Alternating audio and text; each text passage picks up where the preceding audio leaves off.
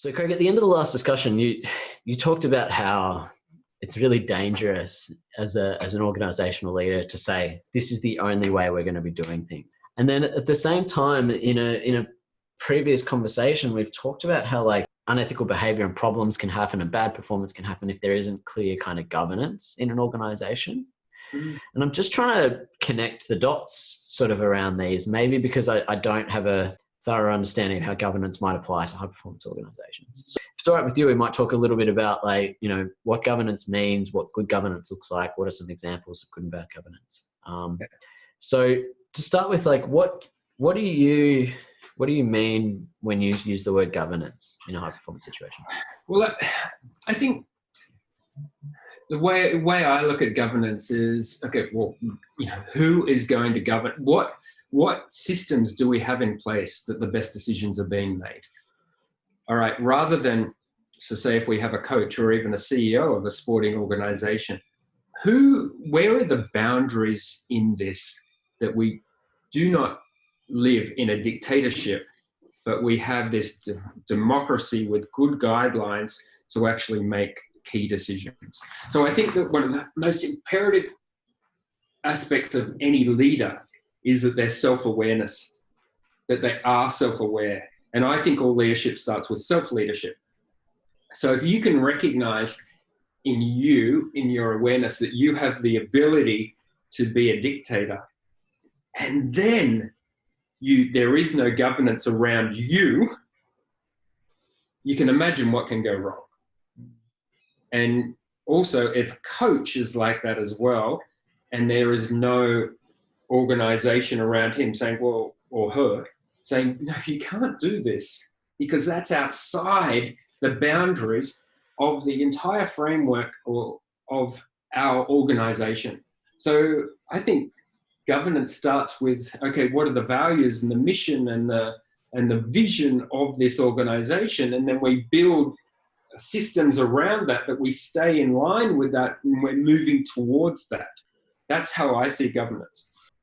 Because without those guidelines, things can move around if we've got no strategy in place to manage that, to stop things going wrong and to make sure that things are going right and we stay on track. Right. So it's sort of maybe to use a sporting metaphor, the leader in the organization might be the captain of the team on the pitch, but the governance are the rules of the game and the sidelines, and the structures that are in place so that the leader doesn't just, lead everywhere. Maybe that's a bad metaphor, but it's sort of like the systems and procedures and expectations and objectives that are in place to try to help support leadership, both in terms of their decision making, but then how they flow down. And I think this is all very abstract for a lot of people. So maybe if you've got it, can you think of some specific examples? Yes. Well, let's put it into a situation of, so of an organizational structure, there will be a board of directors. So there should be a board of directors, that normally hires the CEO to make sure then the CEO carries the organizational's vision, mission, and values down the track. And we have a classic case in history, and many of you listening would probably know this, or you mightn't know this if you've got any Apple products at all, that there was a classic case where, in actual fact, Steve Jobs was sacked by his own company. The company that he founded, because the board decided that they voted and wanted him out because he wasn't following in their what they identified as, which was some form of governance in the strategy that they are directed to go in. And so even in that situation, the founder of the organization was pushed out. Thankfully, he came back, and I think he even identified that he learned a lot in that period that he was away to come back into that structure and lead it to the Apple that we know today. However, if we do not have that, and sometimes we have problems where the board doesn't feel powerful enough, or they do not make key decisions to control the direction of the organization. And that can be a problem. And then there is minimal governance. or effective governance. I think all organizations have some form of governance, but is it effective? And we've all seen places where the CEO or the leaders can get out of control. Another interesting one, I suppose, if we put it in perspective, was Uber. Okay, where Uber, they identified that they had a toxic culture. And again, the founder was forced to stand down as the CEO and the operational head of that organization and to put something else in place. So they had governance that they weren't comfortable. They had this structure in place. There was some information that came in, and after investigation, they identified that the CEO and the founder was not acting in accordance with the vision and mission and the values of that organization, was pushed aside for the betterment of that organization. Mm. Yeah, so what you're saying is these are two examples where the board is the sort of governance structure, and that's just one piece of the whole governance framework. But basically that, in both of these examples, you've got a leader who in some cases even started the organization, but they've put in governance for a good reason, which is that, having a group of people making decisions usually leads to better outcomes than a single person, especially if they're all experts and have different perspectives. And so the board is this governance structure and the way that they operate is by electing the CEO, and they can pick them up, pull them out, put someone new in. And that's one example of like a piece of governance that allows for the vision and the mission and the values to be actioned. Yeah, that's correct. Now, but we do see a problem in many organizations because their vision and mission is just tick the box stuff. Mm-hmm. The values are not real values. And then a charismatic leader comes into play that starts to take control. And we know there's a lot of positives about a charismatic leader, but there's also a very negative side of charismatic leader when they start to really develop their narcissistic tendencies and they get out of control. They've got the followers in place, and then it becomes their way or the highway. And I've seen that countless times when the charismatic coach comes into play. The CEO doesn't want to act because the coach might have had success and they might be more powerful than the CEO. The boards are in place and they might not be really that powerful. So really it looks like the coach is running the organization, and then they get out of control. Results might go downhill, and then there might be action, but it takes a long time, but all because they've had no governance. So what you're saying there is that you might have like a tight feedback loop at the top between, say, the CEO and the board, for example, but like that doesn't necessarily reveal what's happening further down. And so I'm trying to think of some examples where that might be done reasonably well. And look, I think one of the problems is that a lot of the time the governance tries to measure something as an indicator of what might be good or bad, right? Mm-hmm. And what that can be very effective for achieving an outcome. So for example, I'm sure Google and YouTube and Facebook, I know that they measure their profits from their advertising, and they also measure the time that people spend on the platforms.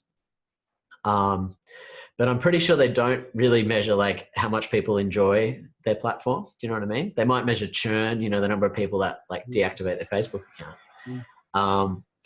But because the metrics of, say, Facebook is, time on the platform and advertising revenue, and maybe not so much the well-being of people, that's where that governance structure, right? That's the thing that gets fed up the board. That's how everyone knows if they're doing a good job or not, is because of these metrics and whether they're ticking their goals. That's what can lead to a sort of slightly perverse incentive, which is, to make Facebook really polarized, just give you the most extreme of everything to try to keep you on the page, and where you might use outrage to foster clicks and views and time on the platform.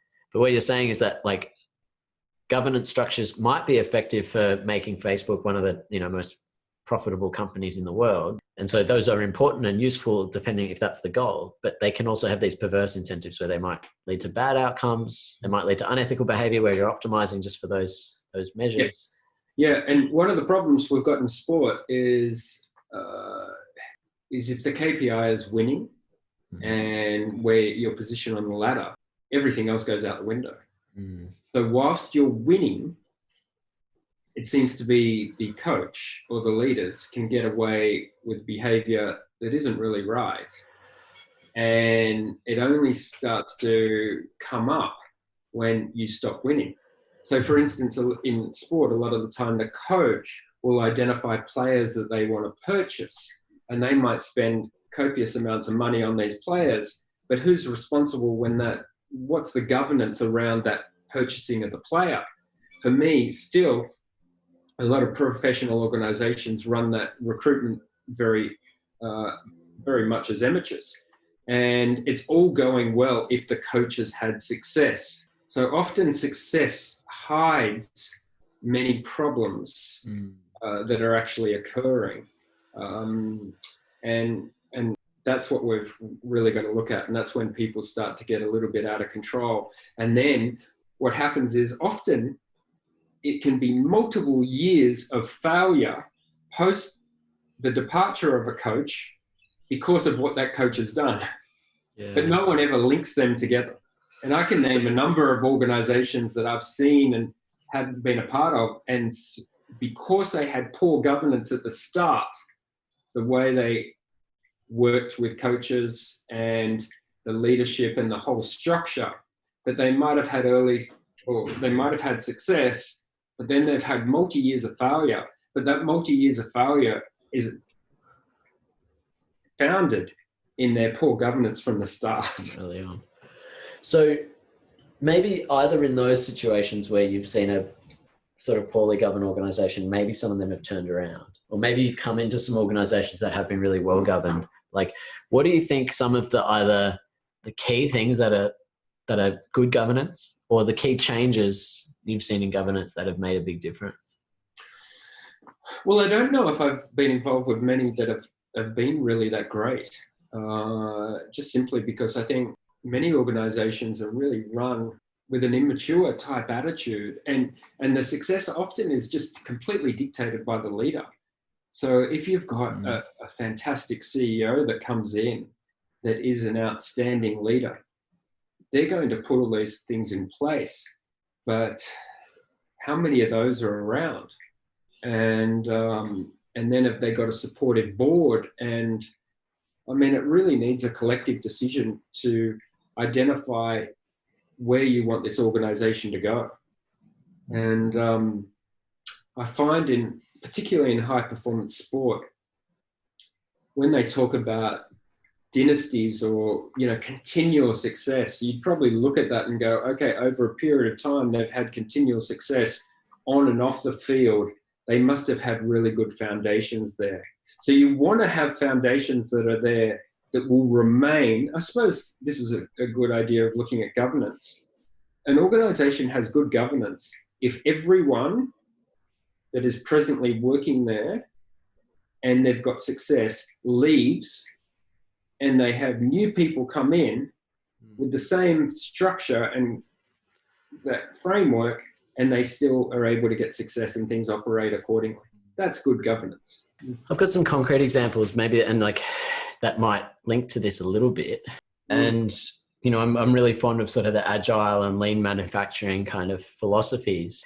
And maybe if we use sort of Toyota versus Ford as a really interesting contrast of some concrete changes that Toyota made that changed their frameworks that mean that people can come in and out without the whole place falling apart. Yes.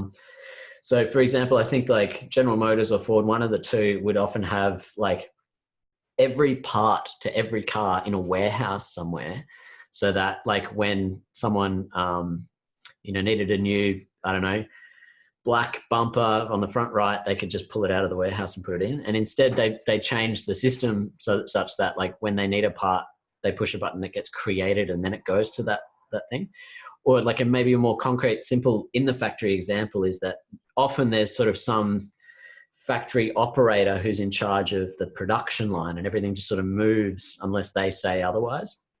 And there was interesting stories of a General Motors factory where people were running out of time, or they were just so rushed, or there was a problem, and they would just continue to fix the broken parts, or that they literally found parts inside between the door cavity because the system wasn't working. And instead, what Toyota did is change the system such that the person in charge of whether the production line continued was every operator had a bell that they could pull that would stop the system.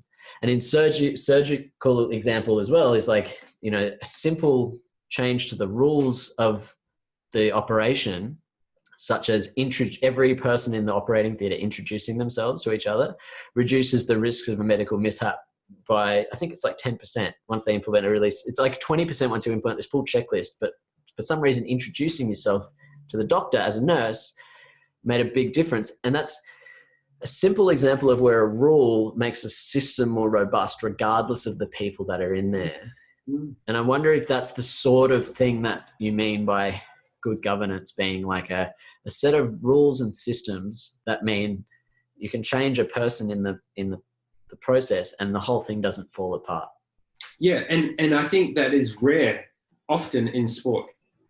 It seems to be coach goes, problem. You know, and this is why in high performance, really specific to the high performance setting, I cannot understand for the life of me how an organization, a club or a country or anything like that allows a coach to come in and bring his entire high performance staff and move out what was already there.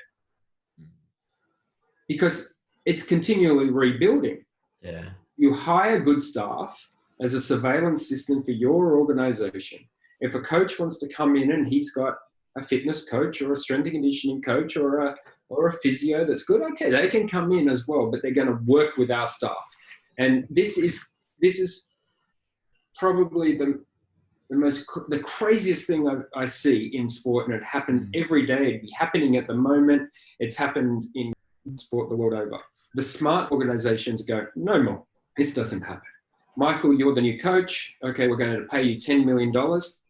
Any staff that you want to bring in, okay, they're under your wage. But for one, most of the time they never get interviewed. Yeah. Their qualifications aren't checked. Nothing about them is checked. The coach has them because he's worked with them for multiple times and he trusts them and he has relationships. That's all okay. But the thing is, we've probably got staff here that are just as good as those people. I'm not saying don't bring them in, but I'm saying that there has to be some trade-off. There has to be, it can't be, because where's the sustainability in that? There's no sustainability. It's like building a house and knocking it down. Building a house and knocking it down. That's not governance. That's stupidity. Yeah. Happening every day of the week nearly across the world in professional sport. And look, I see what you're, one of the big problems that seems to be aligned to that is this, like the coach's sort of value being almost entirely based on a simple metric like games won versus lost. The same way that in a organization, a bad value, like a bad objective would just be financial returns over the next quarter, right? Because it might really ignore the long term. So what sort of objectives do you think might be more useful to be using? What like, because, you know, if governance is about enforcing rules and you often know if those rules are sort of working by how well they're achieving sort of good objectives, right? What metrics or objectives do you think are more useful for a high performance organization to look at? Well, look, I really like to see in sport, I would like to see a table that is point per dollar spent. So often the who wins is related to the dollars spent. It's not about the coach or anything like that. It's just about if you've got more money, you win. So what's more important if you're an organization that doesn't have as much money, you want to look at that KPI, not where you finish on the ladder, but what's the point per dollar spent. And I think that's really, really vital. You want to look at fan engagement. I mean, there's multiple things. I don't know what it would be. It has to be beyond. It could be recruitment and the ability to sell players, as in respect to the Oakland A's and the whole Moneyball situation, where, okay, if he's just based on, if the Oakland A's are marked on winning World Series, they haven't won any World Series. So, but if we look at the amount of money that they spent to where they are, that's real progress. Like it's not exciting if you've got $100 million budget and another club's got a $25 million budget and you win with a $100 million budget. Well, yeah, okay. Money's won, not you as a coach. So that's what we've got to look at in organisations. I don't know what they are, but I think we've got to look at vast. It could be, we've been talking about ethics. What have you done for the local community? Yeah. So what you're saying is like trying to figure out what are the things that you as an organisation care about that aren't just the easiest thing to measure that's on some scoreboard, leaderboard, whatever. Yeah. Somewhere. Because if you think about it, people always say to me, oh, sponsors will go with teams that win. Okay. What about sponsors being associated with ethical teams and organizations that are making a difference in the community? They're still in the competition. They're still on, the shirt is still plastered. It's still going to be broadcast. We have to be beyond wins and losses. Obviously, that's an outcome that we all live by. But surely we can mature to a point of view about, okay, well, this team's spending X amount of dollars. They've promoted so many people from the community. They've trained them, recruited them. They're making a difference they're in the local community, making a difference there. They're ethical. They're doing something with Give Well. They're a proper organisation to be proud to be related to. We want to sponsor them. Yeah, that's such a good example. And I think like to use your favorite, your sport, football, like no one's surprised if one of the big four English Premier League clubs win, right?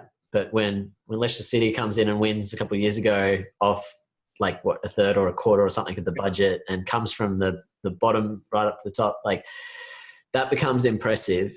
And that is about winning. But then there are also clubs that just like are inspiring because of the influence that they have on their community. Like I think at the moment, in the US, there's a lot of, everything's going to hell in a handbasket in a whole lot of different parts of the US. But there are basketball clubs that are taking a stand on things that they see as maybe important. And like that might be an important factor or variable, engaging fans, acting morally, doing these sorts of things. And I think this actually links to an interesting psychological phenomenon, which is that as an athlete, most people can relate to how out of control the outcome of an event is. So instead, as a sports psych, we usually talk about trying to identify what your like lead measures are. What are the things that indicate that you're succeeding or doing a good job right up here rather than the thing down there.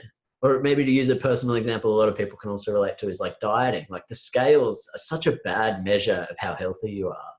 Whereas really what is more important is like, how much are you sleeping? How well are you eating? How like, are you getting enough physical activity, but not too much? Are you resting? What you're sort of saying is like, don't just focus on the scales sort of for that metaphor. What are the things you can measure up here that might lead to success down the track? And I think that's important. And I think we have an ethical dilemma. One of the major ethical dilemmas that we have in high performance sport is the retired athlete and the mental health of athletes. And have we ever thought that maybe the retired athlete, their mental health is affected by really, what were they striving for? Mm-hmm. What is their life? What? To win. And look, I've had a lot of success, and I can tell you it goes very, very quickly. Mm. You win, okay, I won that. Okay, I didn't win it. I was involved in a team that wins this championship. Okay, well, is that what I want to be remembered for? This a player, okay, I've got watches, I've got money, I've got this, but then I've got nothing because I've contributed nothing. And the ones that have done well have their own, they might have their own not-for-profit, they might have done differences in what I see them, that they have a healthy life post-sport. I had one player said to me, I said, what are you going to, I said, do you read? Do you do anything? I said, no. I remember this clearly, because I like watches. And he just bought some watches because he'd got a bonus payment from a team that he was working with, and it was an enormous bonus payment. And he bought these beautiful watches. I said, you know what are you going to do post-career? I said, don't know. I said, do you read? Do you have any interest? And he said, no, not really. He said, it's a concern, isn't it? Because you can only play golf so much. I said, yeah. And this is what we set people up for. That's not his fault. He's got some personal responsibility there. But this is what players' associations should be doing. This is what clubs should be doing. The long-term well-being of their employees. You're saying like this is an opportunity for good governance. And I think maybe to put sort of a really nice example of this where it's done well, and it might have changed since I looked into it. But like you said, there's a lot of athletes who finish their, say, swimming career and they really struggle, whereas there's some that do really well. Like I know Kieran Perkins is like head of mergers acquisitions for National Australia Bank, right? Like he's done amazingly well. But, I think the NRL saw that as a disparity as a problem. And I think all of their young players have to be either enrolled at university or doing a trade. And a lot of players might see that as being like, this is an opportunity cost. It's taking me away from my dream of playing in the NRL. But by putting that in as a rule, it reduces that, right? Because everyone's on the same playing field. But what it does do is it can protect the careers of these players when they turn 24, don't get picked for that club, and they're out without any, transferable skills. So you're saying like systems like that, where it looks like a simple rule, could make a big difference to the way that the organization actions its values. Correct, if it's governed well. Yeah. Rather than saying this is good and that can become a tick the box sort of thing. So let's get the footy player to do a fitness course because they're, that sort of thing, but as long as they're doing something and that's our KPI. So that's what governance is, to make sure that that's set up. Nice idea, but is it set up and is it running and achieving what we actually want to achieve? Right, that's a thing. The health and well-being of an athlete starts the day they become an athlete, not at the end of their career or as they're winding down. We've got to start working towards that all the time. I think just these continual problems that you see are not surprising. I mean, because look, they're young men, and if we take a snapshot of the community as well, there'd be a much greater percentage of young men getting into trouble than there is in sport. It's just in everyone's face. But I think we really need to work with them. The day an agent has people like you and me involved, and that they're working for that player, for their longevity.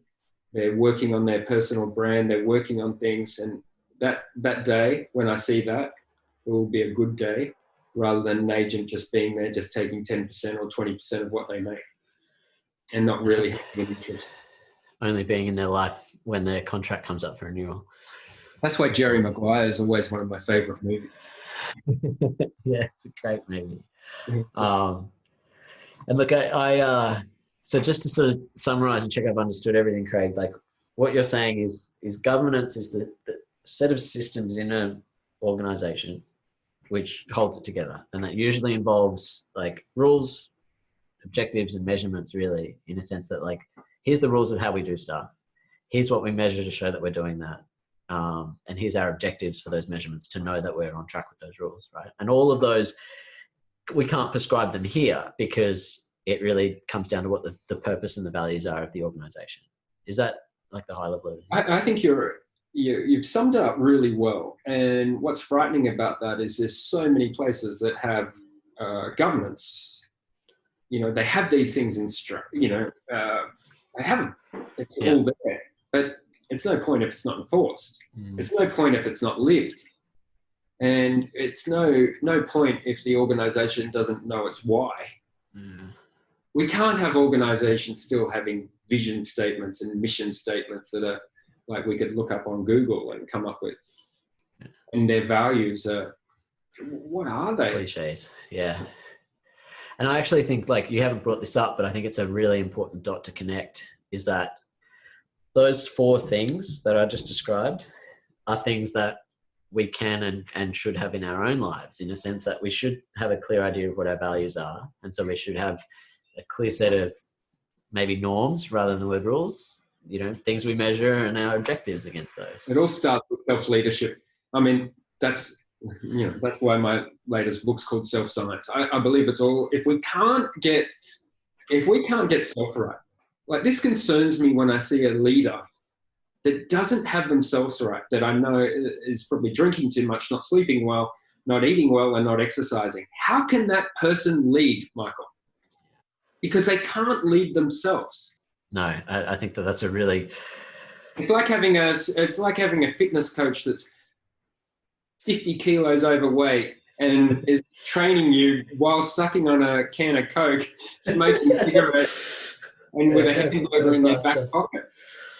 No, and look, that's totally right. And I think you're right. I think we should all be looking at ways of trying to self-govern. Like, and I've got my systems of trying to use Agile that I mentioned before to put all my tasks on a list and make sure that there's processes for being accountable for that. So each day I show my task list to my colleagues and say, this is what I've done, this is what I'm going to do, this is what's getting in my way. And we plan weekly, and these systems have really just slowly evolved as a team and as me personally, and we all adapt them. But like, it's only through implementing good systems at that level that I could be more effective leading up or working upwards or downwards, right? Like, you have to have that framework in place really to do I think a good job in, because otherwise you lose track of your own processes, and then what are you doing to govern? Yeah, I think the analogy of being a coach sitting there, like you said, 50 kilos overweight, smoking a cigarette, drinking a Coke,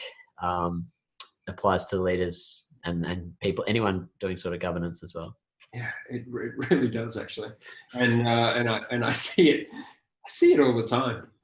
I see it all the time. Like, if you do not have control of what you are and what you are doing and your own values, if you do not, I mean, how many of you listening to this have a set of values?